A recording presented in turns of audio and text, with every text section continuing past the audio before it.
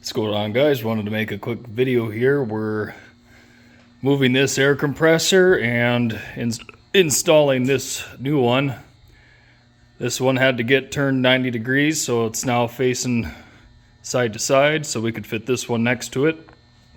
These are rotary screw compressors, so they compress an oil-air mixture. It's about a 25 or 20 horsepower three-phase motor down there. Then it separates the oil and water, or oil and air, and the air is pressurized and gets fed up into the tank and then through a dryer system. This is all 1-inch or 25 millimeter AirNet airlines, which works really nice, super nice to work with. You just push your tubes past a couple O-rings and tighten these down by hand, and you have a really good seal that lasts a super long time. Sorry I have the hiccups. We're going to be using one air compressor at a time, so I have some isolation valves installed here and over here. That way we're going to use this one primarily. This one's starting to take a crap, so we'll use this one. Then when this one goes down for annual service or for a filter change or whatever, we'll spin this one up online. That way we can kind of limp this thing by for 5 or 10 years and still maintain our production speed whilst maintaining this new machine. This is actually the same CFM size unit. They've just reworked it a little bit. It's a lot bigger, but same roughly. I think it's a little bit more output. Just to give you guys a range, I think this is like a 90, actually, I've got a tag here. Yeah, let's see. So 131 PSI at 90 CFM.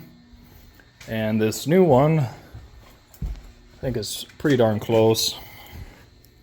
132 PSI at 96 CFM. So, again, these are pretty standard equipment for industrial stuff. Things you'll be doing, you know, if you're a maintenance guy working on it. You'll be changing filters, changing oil, checking oil levels. You've got oil cooler lines right here that run through basically an automotive radiator on the back side. And you've got a fan that blows air past the cooler to cool off the oil. And you've got a way to maintain your, or check on your temperatures or get alarm codes on your readout screen there. So you'll do things like that. It's about all I can really think of as far as things I do on this machine, you know, other than turn it on and turn it off. So this is sort of what the shop looks like mid-project, right? And I just cleaned up a little bit, right? I got crap all over the place, and it's me and another guy doing this. And we got bins torn apart. For the electrical work, we're actually having a contractor come in later to do it properly, but just for the meantime, the old conduit, this is lines coming in.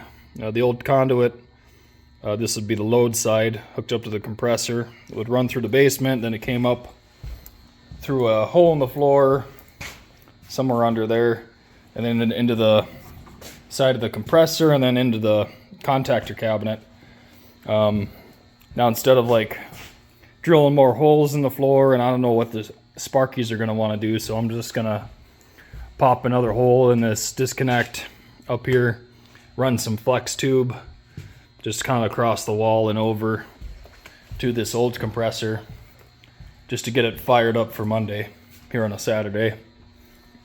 And then on this one, we're going to have Atlas Copco's guy stop by and make sure we're starting this up correctly. He's going to set parameters and service intervals for us and mess with the computer side of things. It's not something I really want to mess up.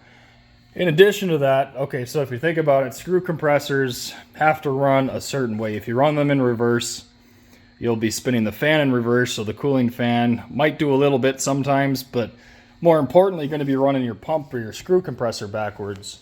And that can be really bad, really bad. You'll start damaging your pump really fast. So the electricians have a special tool called a phase rotation tester. I think that's what it's called. And they can actually hook it up to 3 lines and tell you if it's a clockwise or counterclockwise phase rotation. And they can get this hooked up the right way the first time, so we don't have to worry about damaging a brand new compressor. So maybe you found this video helpful or just found it interesting. If you did, feel free to leave a like or shoot me a comment and I'll be sure to reply. Thanks.